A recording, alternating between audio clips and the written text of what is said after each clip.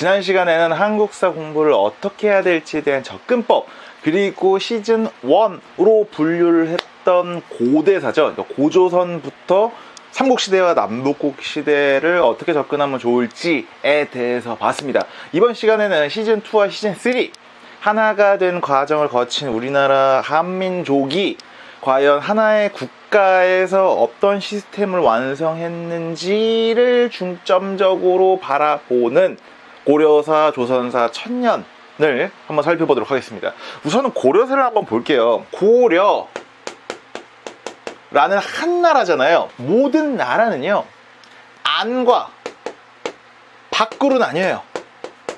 그렇잖아요. 집 밖에 있고 집 안이 있듯이 나라도 나라 안과 나라 밖으로 보면 편합니다. 어떤 나라의 안은 뭘까요? 보통 시스템이라고 하죠. 우리나라 말로는 체제, 정치, 경제, 사회, 그 시스템이 어떤 식으로 작동되느냐, 어떻게 만들어졌고 어떻게 유지가 되다가 어떻게 쇠퇴해서 어떻게 망했나 로 보면 됩니다. 이 시스템을 볼 때는 크게 정치, 사회적으로는요, 두 개로 쪼개서 보면 돼요. 결국에는 고려, 조선도 마찬가지지만 왕정 국가이기 때문에 나라를 대표하는 왕과 그리고 왕을 제외한 지배층들이 어떻게 이 시스템을 만들고 그 시스템에 따라서 어떻게 움직이느냐를 보면 됩니다. 나라 밖으로 나가볼까요? 나라 밖이면 당연히 나라 밖에 있는 다른 나라와의 관계잖아요. 다른 나라와의 관계를 유식한 말로 외교 관계라고 하죠. 그리고 이 외교 관계가 성립이 안 될 경우에는 전쟁까지 하잖아요. 요런 관계들 안에서는 결국 시스템이 어떻게 만들어져서 어떻게 유지되는지, 밖에서는 어떤 외교 관계, 어떤 나라들과 어떤 외교 관계를 벌이고, 그리고 큰 중요한 전쟁은 어떤 것들이 있었는지를 가지고 그 나라의 역사를 살펴보면 됩니다. 흔히 고려사에서는 왕 4명만 알면 된다는 얘기예요. 물론 그 4명 말고도 막상 우리가 공부하려면 굉장히 다양한 왕들이 존재하지만 태조, 광종, 성종, 그리고 공민왕, 이렇게 4명입니다.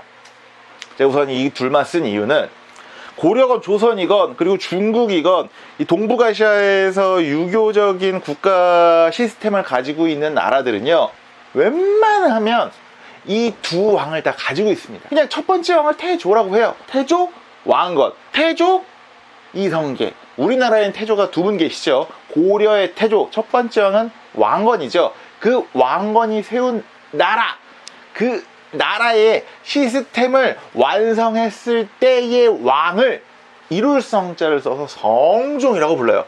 이것도 한 100년이 넘어가는 동북아시아의 왕정 국가에서는 웬만하면 나옵니다. 나라가 만들었어. 그리고 막 정신없다가 결국엔 그 시스템을 유지를 했어.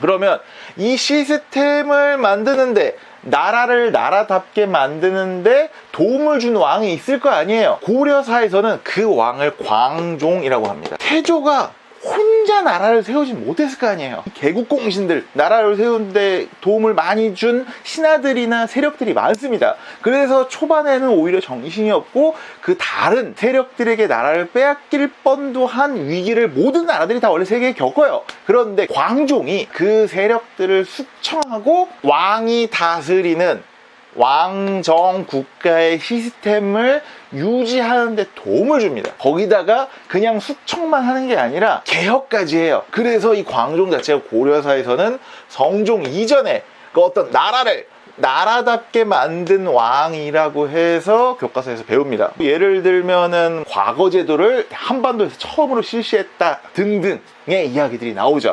그렇게 성종 때 결국에는 고려의 시스템을 만들고 유지를 해 나가는데, 그래서 광종 다음에 성종 때 교과서에서는 고려의 중앙정부 조직, 그리고 지방행정 체제, 이런 것들을 이때 다뤄요. 그게 왜 그러냐면 이때 완성이 됐으니까 그렇게 하는 겁니다. 그럼 여기서 또 하나, 지배층, 이 시스템을 왕 혼자 만들진 않았을 거 아니에요. 요 시기에는 어떤 지배층이 있었고 그 지배층이 세월이 흐르면서 어떤 식으로 바뀌었고 어떤 식으로 바뀌었고 또 어떤 식으로 바뀌었는지를 같이 살펴보면 되는 겁니다. 이게 정치사에서건 사회사에서는 중요해요. 흔히 말했을 때 뭐 태조부터 성종까지를 호족과 육두품이 주도를 했고 그 뒤로는 뭐 몬벌귀죠. 그 뒤로는 무신정변 이후에 무신들이 집권을 하고 그 뒤로는 무슨 권문세족, 신진사대 뭐 등등등 이란 얘기가 그게 다 왕과 함께 시스템을 만들고 유지하려 했던 지배층들의 이야기구나로 이해하시면 편합니다. 그리고 여기서 잠깐 외교와 전쟁에 대한 이야기를 좀 해볼게요. 이 고려사 500년에서는요 우리가 반드시 알아야 할 만한 것은 이 외교와 전쟁 관계가 대부분 북방